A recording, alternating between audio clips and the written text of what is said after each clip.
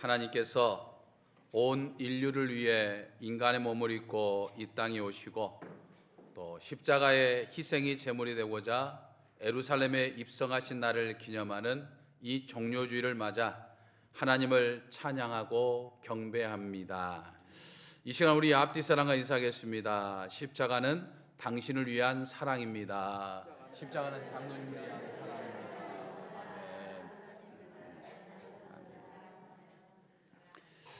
오늘은 교회 절기로 종료주일입니다.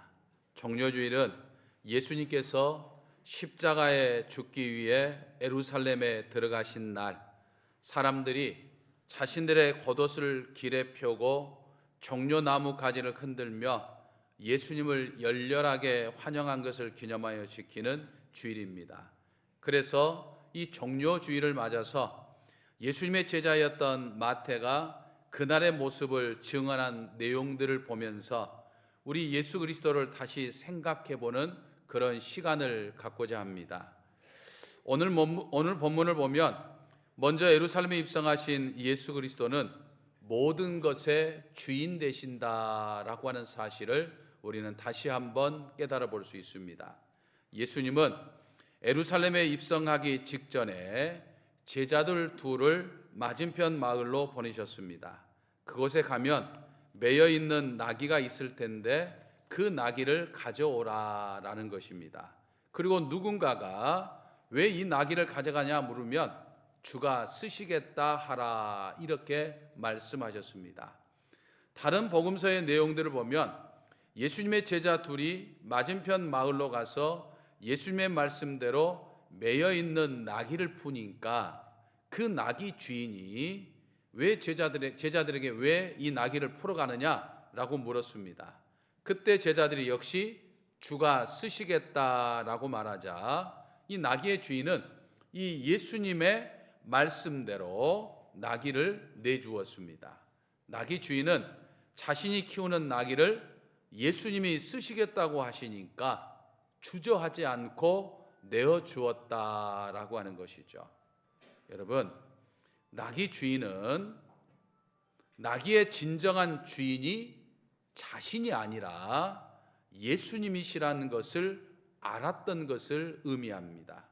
여러분, 우리 신앙생활의 기초는요, 나를 알고 자신을 알고 주님을 아는 것에부터 시작됩니다. 나는 죄인이지만 주님은 내 죄를 사하여 주시는 분이죠. 나는 연약하지만 주님은 전능하신 하나님이시죠. 나는 미련하지만 주님은 지식과 지혜의 근본이시죠. 나는 피조물이지만 주님은 창조주이시죠. 나는 종이지만 주님은 내 주인이시죠. 나는 병사지만 주님은 나를 이끄는 대장이시죠. 나는 구원을 받은 사람이지만 주님은 구원자이시다라고 하는 거죠. 그러니까 이런 관계 정립이, 나와 주님 사이의 관계 정립이 확실한 사람이 건강한 신앙생활을 할 수 있고, 이런 관계 정립이 분명한 사람이 자신이 가진 모든 것은 주님으로부터 왔다라고 하는 것을 고백하는 거죠. 주님이 내 인생의 모든 것의 주인이심을 고백할 수 있는 거죠. 욥은 그와 같은 사실을 알았기 때문에 모든 재산을 잃고 모든 자식을 잃게 되는 그야말로 인간이 상상할 수 없는 처절한 고통을 하루아침에 당했지만 원망하거나 불평하지 아니하고 하나님을 찬양할 수 있었던 것이죠. 여러분, 꼭 기억해야 합니다. 내가 가진 모든 것은 내 것 같지만 사실은 내 것이 아니라 이 말이에요. 나는 하나님께서 내게 허락하신 모든 것을 그저 맡아서 관리하는 청지기에 불과할 뿐이다 라고 하는 것이죠. 가족도, 물질도, 건강도, 재능도, 시간도, 내가 가지고 있는 모든 것, 이것은 하나님이 내게 맡기신 것이다 라고 하는 거예요. 그러므로 언제든지 내 모든 것의 진정한 주인이 되시는 하나님께서 쓰시겠다라고 말하면 내어놓을 수 있어야 돼요. 하나님의 것인데 마치 내 것인 양 하나님이 쓰시겠다 할 때 드리는 것에 인색하면 안 된다라고 하는 거죠. 저는 평소 헌금 설교를 잘 하지 않지만 사실 여러분들이 헌금한 내역도 잘 보지 않습니다. 이제 감사헌금 같은 경우는 어떤 기도의 제목이 있는가라고 하는 것을 보긴 하지만 헌금 내역을 자세히 잘 보지는 않습니다. 그러다가 우리 교회에서 지금 사용하고 있는 이 디모데 앱 관리를 통해서 이제 문자 발송도 저는 매주 토요일 날 이제 문자 발송도 하다가 가끔 이제 이 디모데 웹 관리 속에 이제 이 재정 관리가 프로그램이 돼 있어요. 그래서 여러분들이 헌금을 하게 되면 그 헌금을 재정부에서 전부 다 정리하면 전부 다 일일이 거기에 기록이 다 이제 올라가져 있습니다. 그래서 이 재정 관리에 들어가서 여러분이 헌금한 내역을 보면서 깜짝 놀랄 때가 사실은 제가 있어요. 헌금을 거의 안 하시는 분도 있고 생각보다 작게 하신 분도 있는 것을 볼 수 있어요. 물론 크고 작은 것은 상관없는 것이지만 하나님이 쓰시겠다고 하면, 그러니까 교회를 위해서라고 하면 교회 사역을 위한, 하나님의 일을 하는 교회 사역을 하기 위한 것이라고 하면 드릴 수 있어야 된다라고 하는 거예요. 인색해서는 안 된다라고 하는 거예요. 2000년 전 나귀는 비록 새끼이지만 중요한 운송수단으로서 이 나귀 주인에게는 꼭 필요한 것이지만 주께서 쓰시겠다고 하니까 기꺼이 내어드렸던 이 나귀 주인의 모습이 2025년도 종료주의를 맞이한 내 모습이어야 된다라고 하는 사실이에요. 그게 진정한 예수님을 영접하는, 십자가를 지시는, 나를 위해서 십자가를 지시기 위해서 예루살렘에 입성하셨던 예수님을 진정으로 환영하는 것이다 라고 하는 것을 우리는 깨달아 볼 수 있어요. 그래서 내게 있는 모든 것에 진정한 주인이 예수 그리스도라고 하는 사실을 믿고 주가 쓰시겠다고 할 때 기꺼이 드릴 수 있는 저와 우리 사랑하는 성도 여러분들 되시기를 주님의 이름으로 간절히 축원합니다. 다음으로 우리가 알 수 있는 것은 이 예루살렘에 입성하신 예수님의 모습은 하나님의 말씀을 이루시는 모습입니다. 여러분, 예수님은요 예루살렘에 입성하시면서 당시의 왕이나 또는 개선장군 같은 사람들이 타고 입성하던 말과 같은 것을 타지 아니하고 나귀를 타셨습니다. 왜 나귀를 타셨을까요? 4절을 보니까 하나님께서 선지자를 통해서 전하신 말씀을 이루시려고 그렇게 하셨다라고 말씀합니다. 5절에서는 주님이 이루신 말씀인 즉 9장 스가랴서 9장 9절의 말씀을 인용하고 있는 것을 볼 수 있습니다. 예수님은 출생에서부터 죽음에 이르기까지 구약 성경에 기록되어 있었던 하나님의 말씀을 하나하나 이루는 삶을 사셨습니다.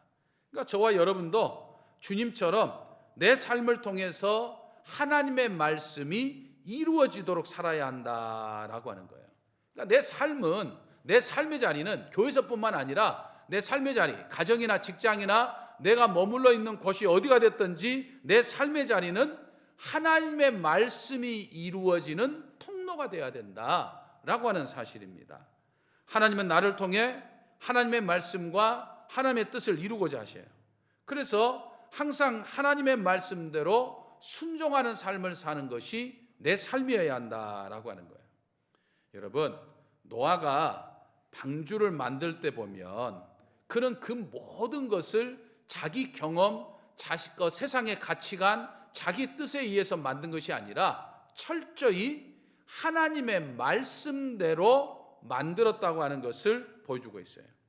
모세가 이집트에서 노예 생활하던 이스라엘 민족을 출애굽하고자 할 때도 철저하게 하나님의 말씀대로만 행했던 것을 볼 수 있습니다. 그래서 출애굽기를 보면 모세가 하나님께서 명령하신 대로 다 행하고 라고 하는 이 말이 출애굽기에만 26번이나 나옵니다. 그러므로 신앙생활의 가장 중요한 기본 원리는 나 자신을 알고 주님을 아는 것, 즉 나는 청지기요 주님은 나의 주님이십니다 라고 하는 것을 아는 것뿐만 아니라 더 나아가서 하나님의 말씀대로 사는 것이다 라고 하는 거예요. 그리스도인은 언제나 믿음으로 살아야 하죠. 그렇다면 믿음으로 산다고 하는, 이 믿음이라고 산다고 하는 것이 무슨 말을 합니까? 어떻게 하는 것이 믿음으로 산다는 것입니까? 예수 그리스도를 통해서 예수 그리스도가 나를 통해서 사시는 것을 의미하는 거죠. 갈라디아서 2장 20절을 보면 사도 바울은 그런 고백합니다. 내가 그리스도와 함께 십자가에 못 박혔나니 그런즉 이제는 내가 사는 것이 아니요 오직 내 안에 그리스도가께서 사시는 것이라. 이제 내가 육체 가운데 사는 것은 나를 사랑하사 나를 위하여 자기 자신을 버리신 하나님의 아들을 믿는 믿음 안에서 사는 것이라. 이렇게 말씀합니다. 다시 말해서 그리스도인의 삶의 방식은 내가 나를 사는 것이 아니고 내 안에 그리스도가 사시는 것. 이것이 바로 믿음이라 이 말이에요. 그러니까 예수님의 삶을 살아가는 것이 바로 믿음이다라고 하는 거예요. 그러니까 믿음으로 사는 것, 즉 내가 사는 것이 아니고 주님이 나를 통해서 사는 것이라고 하는 것은 결국 자기를 부인하는 삶이에요. 나를 부인하는 삶이에요. 우리가 어떤 일을 할 때 그 일이 내 뜻과 주님의 뜻이 일치가 되면 참 좋겠지만 주님의 뜻과 내 뜻이 일치가 되지 않을 때가 있어요. 그때 내가 원하는 것과 주님이 원하는 것이 다를 때, 즉 하나님의 말씀과 내 뜻이 다를 때 내가 원하는 것을 내려놓고 하나님의 말씀대로 사는 것이 바로 믿음이다라고 하는 거죠. 나는 늘 상식적으로 또 감정적으로 내 경험적으로 행동하려고 합니다. 하지만 예수님은 내가 하나님의 말씀대로 살기를 원해요. 이때는 내 상식과 내 감정과 내 경험을 내려놓고 하나님의 말씀대로 행하는 것이 예수님이 나를 통해 사시는 거예요. 그러니까 내 안에 그리스도가 사는 것이다 라고 하는 것이죠. 정료주의를 보내면서 정말 하나님의 말씀대로만 살고자 힘써 노력하는 저와 우리 사랑하는 성도 여러분들이 되어야 될 줄로 믿습니다. 다음으로 예수님의 예루살렘에 입성하신 모습을 통해서 우리가 알 수 있는 것은 겸손하신 예수님의 모습이죠.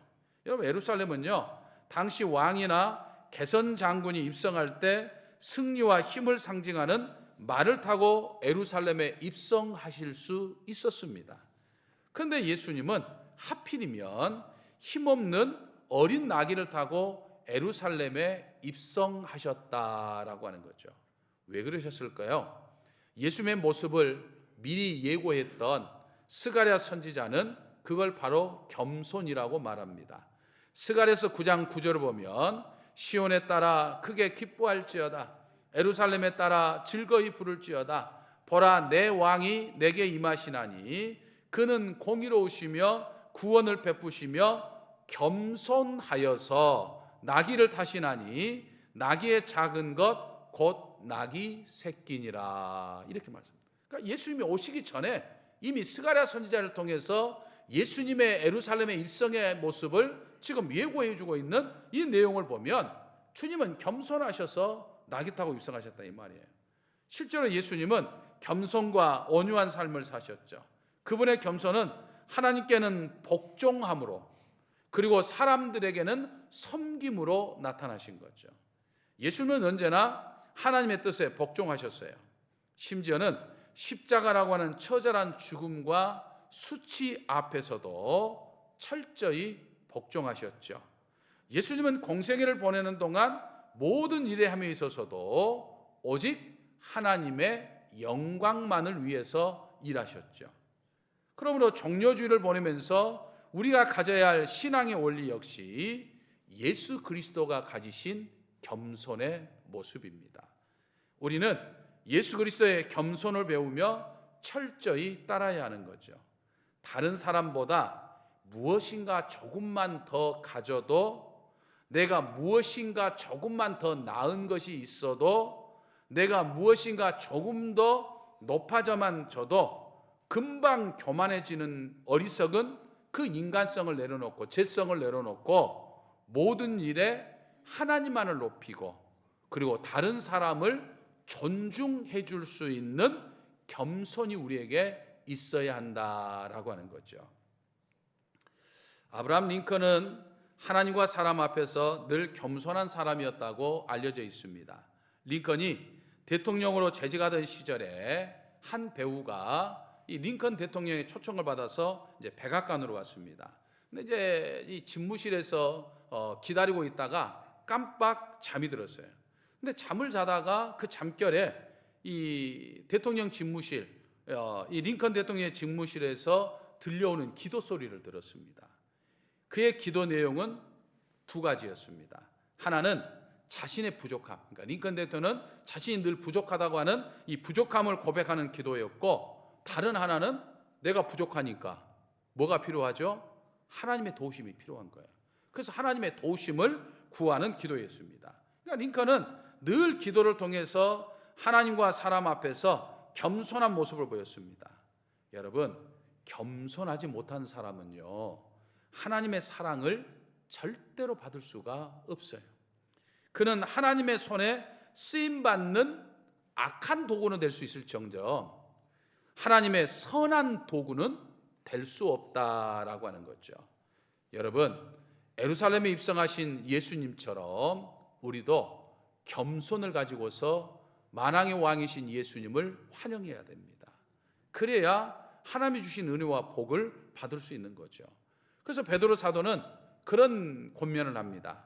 젊은 자들아, 이와 같이 장로들에게 순종하고 다 서로 겸손으로 허리를 동이라. 하나님은 교만한 자를 대적하시되 겸손한 자들에게 은혜를 주시느니라 라고 말씀합니다. 교만한 사람은 어떤 사람이라고 그랬습니까? 하나님을 대적하는 사람이랍니다.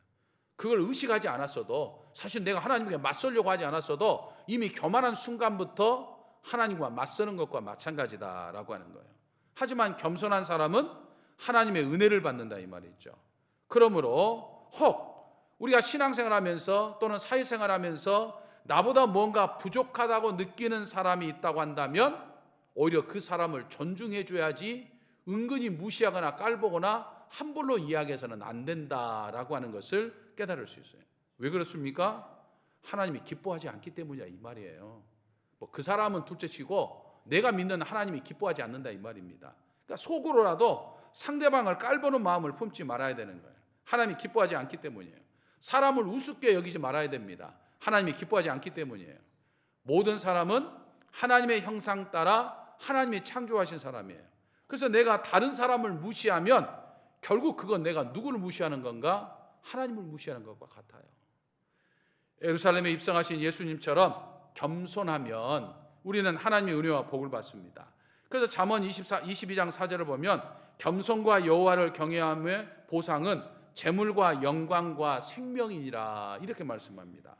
사랑하는 성도 여러분, 종료주의를 맞아 낙이 타고 예루살렘에 입성하신 예수님처럼 늘 겸손한 삶을 사시기를 바랍니다. 그래서 하나님이 주시는 재물, 하나님이 주시는 영광, 하나님이 주신 생명의 은혜와 복을 누리며 살기에 부족함이 없는 여러분들이 되시기를 주님의 이름으로 간절히 축원합니다. 마지막으로 예수님이 예루살렘에 입성하신 모습을 통해서 우리가 알 수 있는 것은 평화의 왕으로 오신 예수 그리스도의 모습입니다. 당시 말은 전쟁의 상징입니다. 특히 요한계시록을 보면 말은 정쟁의 상징으로 나옵니다. 하지만 예수님은 전쟁이 아닌 평화의 왕으로 오셨기 때문에 십자가에 못 박히기 위해서 예루살렘에 들어오시면서 나귀를 타신 것이다 라고 하는 거죠. 평화는 헬라어로 에이레네라고 하는 단어를 사용하고 있는데 이 말은 우리 개역개정 성경에서는 뭐 평화, 평강, 평안, 화평 뭐 이런 뜻으로 해석합니다. 예수님께서 베들레헴에 태어나셨을 때 들판에서 양을 치던 목자들은 천군 천사들의 찬송 소리를 들었죠. 어떤 찬송입니까? 누가복음 2장 14절을 보면 지극히 높은 곳에는 하나님께는 영광이요 땅에서는 하나님이 기뻐하시는 사람들 중에 평화로다라고 말씀하셨어요. 그러니까 예수님이 이 땅에 오신 것은 하나님께는 영광이요 사람들에게는 평화를 주기 위함이다라고 말씀하고 있는 거예요. 부활하신 예수님이 정말 이 부활하시고 난 다음에 불안과 걱정에 떨고 있는 제자에게 나타나셔서 첫 번째 하신 말씀도 평화였어요. 정료주일을 맞아 주일 예배를 드리는 오늘 우리에게도 주시고자 하는 것도 평화입니다. 요즘 이 시대에 이 세상에서 가장 필요한 것 중에 하나가 바로 이 평화인 것을 우리는 절실히 느끼고 살아갑니다. 왜냐하면 사람들은 평화롭지가 못합니다. 평안하지가 않아요. 긴장과 스트레스의 연속이요, 불안과 염려가 끊이지 않습니다. 근데 인간의 진정한 평화는 하나님을 통해서만 이루어진다 이 말이에요. 그러니까 하나님과 나 사이에 평화가 이루어지지 못하면 절대로 사람과 사이에도 평화가 이루어지지 않는다라고 하는 거예요. 평화는 내가 하나님을 진정으로 신뢰할 때, 내가 진정으로 하나님과 이렇게 예배를 드리면서 하나님과 영적 교제를 나눌 때 평화는 시작되는 거예요. 항상 드리는 예화이지만 천둥 비바람이 치는 가운데서도 엄마의 품속에 있는 아이는 아무런 근심 걱정 하나 없이 엄마의 품 안에서 깊이 잠드는 모습들을 보입니다. 왜 그렇습니까? 엄마와 함께이기 때문이죠. 언제나 하나님과 함께한 사람들은 자신의 인생 속에 제 아무리 세찬 비바람 천둥 번개가 친다 할지라도 흔들리지 아니하고 참 평화를 누리게 되었던 것을 볼 수 있습니다. 예수님도 십자가를 앞에 두고는 너무나 본민이 되어서 땀이 피가 될 정도로 절실하게 기도했습니다. 하지만 기도한 후에 하나님과의 깊은 영적 교제를 통해서 하나님을 깊이 신뢰함으로 뭐라고 말씀하셨습니까? 내 온대로 마옵시고 아버지의 뜻대로 하옵소서. 그러니까 참 평화가 기꺼이 십자가의 고난을 앞두고서도 기꺼이 평안을 누리셨던 것을 보게 됩니다. 그리고 다른 사람을 위해서 십자가를 지셨죠. 숱한 사람들이 열렬히 환영해도 이리 일비하지 아니하시고 묵묵히 십자가의 길을 가셨습니다. 오늘 우리가 가져야 할 것도 바로 하나님이 주시는 평화요, 오늘 우리가 행해야 할 것도 나와 만나는 사람들에게 평화를 주어야 된다라고 하는 거예요. 그러니까 내가 다툼과 긴장과 갈등을 만드는 존재가 아니라 평화와 기쁨을 만들어주는 평화의 사도가 되어야 함을 우리는 깨달아 볼 수 있습니다. 이게 2025년도 정료주일을 맞이하는 우리들이 살아야 할 삶의 모습인 거죠. 그래서 늘 사람들에게 평화를 주기에, 평안을 주기에, 화평을 주기에, 기쁨을 주기에 부족함이 없는 저와 우리 사랑하는 성도 여러분들 되시기를 주님의 이름으로 간절히 축원합니다. 할렐루야. 온 인류의 구원을 위하여 어린 나귀 새끼를 타고 예루살렘에 입성하신 것을 기념하여 이 정료주일 아침에 이번 한 주간 보내게 되는 2025년 고난 주간을 어떻게 보낼까 생각하게 하시고 또 어떻게 예수님을 맞이할까 생각하며 살게 해 주시니 감사합니다. 우리 주님이 주신 그 은혜의 모습들을 생각해 보면서 주님을 따라가기에 부족함이 없는 저희의 삶이 되게 하여 주시옵소서. 예수님의 이름으로 기도하옵나이다. 아멘.